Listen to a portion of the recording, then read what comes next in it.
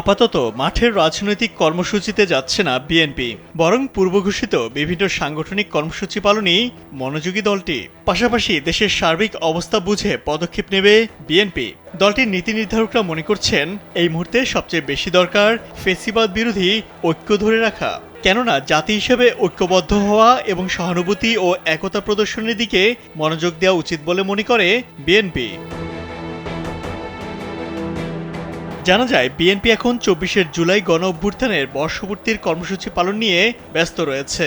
July August স্মরণে দলটির ৩৬ দিনব্যাপী যে কর্মসূচি চলছে, সেগুলোর সর্বশেষ কর্মসূচি হিসেবে আগামী ৬ আগস্ট ঢাকায় সর্ববৃহৎ ছাত্র জনতার সম্মিলিত বিজয় মিছিল অনুষ্ঠিত হবে। RICL TMX, যুগের পর যুগ স্থাপনা থাকে মজবুত। বিএনপি মহাসচিব মির্জা ফখরুল ইসলাম আলমগীরের কাছে জানতে চাইলে কালবেলাকে তিনি বলেন, সাম্প্রতিক পরিস্থিতি পর্যবেক্ষণ করা হচ্ছে। বিএনপি ও অঙ্গ সংগঠনগুলোর উদ্যোগে ২৪ জুলাই গণঅভ্যুত্থানের বর্ষপূর্তির বিভিন্ন কর্মসূচি চলমান রয়েছে। ফলে এ মুহূর্তে বিএনপির কোনো রাজনৈতিক কর্মসূচিতে যাওয়ার সম্ভাবনা নেই। অবশ্য গত ২১ জুলাই রাজধানীর উত্তরায় মাইলস্টোন স্কুল অ্যান্ড কলেজে বাংলাদেশ বিমান বাহিনীর যুদ্ধবিমান বিধ্বস্ত হয়ে মর্মান্তিক হতাহতের ঘটনায় বিভিন্ন রাজনৈতিক পদক্ষেপ নিয়েছে বিএনপির ভারপ্রাপ্ত চেয়ারম্যান তারেক রহমান। গভীর শোক ও সমবেদনা জানানোর পাশাপাশি দলের পূর্বঘোষিত অনেক কর্মসূচি স্থগিত করেন।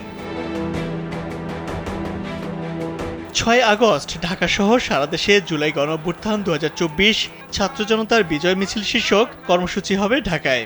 সংশ্লিষ্টরা জানান, ৬ আগস্টের বিজয় মিছিল কর্মসূচিকে মহাসমাবেশে রূপ দেওয়ার পরিকল্পনা রয়েছে বিএনপির। বিজয় মিছিল ঘিরে সেদিন ঢাকায় স্মরণকালের সর্ববৃহৎ জনসমাগম ঘটানোর লক্ষ্য রয়েছে দলটির। এর মধ্য দিয়ে আগামী ফেব্রুয়ারিতে প্রতিশ্রুত জাতীয় নির্বাচনের লক্ষ্যে অন্তর্বর্তী সরকারের উপর পরোক্ষভাবে এক ধরনের চাপও তৈরি করতে চায় বিএনপি। বিএনপির খুলনা বিভাগের ভারপ্রাপ্ত সাংগঠনিক সম্পাদক অনিন্দ্য ইসলাম অমিত কালবেলাকে বলেন, গত বুধবার সাংগঠনিক ও সহ সাংগঠনিক সম্পাদকদের একটি বৈঠক হয়েছে। সেখানে ভারপ্রাপ্ত চেয়ারম্যান তারেক রহমানও যুক্ত ছিলেন। তারেক রহমান আগামীতে কবে নাগাদ কিরকম কর্মসূচি দেয়া যায় সে বিষয়ে চিন্তা ভাবনা করতে বলেছেন। আমরা জুলাই গণঅভ্যুত্থানের কর্মসূচি পালন করছি, বিভিন্ন অঙ্গ সংগঠনের প্রতিষ্ঠাবার্ষিকী আছে, বিভিন্ন ধর্মীয় অনুষ্ঠানও সামনে রয়েছে। ফলে এখনই কর্মসূচিতে যাওয়ার কোনো সিদ্ধান্ত হয়নি। এদিকে মাইলস্টোনে বিমান দুর্ঘটনা ও দেশের বিভিন্ন স্থানে আইনশৃঙ্খলা পরিস্থিতির অবনতিতে উদ্বেগ জানিয়ে গত মঙ্গলবার দেশের চলমান পরিস্থিতিতে এক গুরুত্বপূর্ণ বিবৃতি দেন তারেক রহমান। তিনি বিবৃতিতে বলেন, জাতির এই শোকের সময়ে তিনি সব গণতন্ত্রপন্থী সহযোদ্ধাদের প্রতি শান্ত ও সংহত থাকার আহ্বান জানান। বিভেদমূলক সংঘাত বা মব উচ্ছৃঙ্খলতা বন্ধ করার লক্ষ্যে সহনশীলতা ও আত্মসংযমের উপর ভিত্তি করে একটি সমাজ ব্যবস্থা গড়ে তোলার আহ্বান জানান তিনি।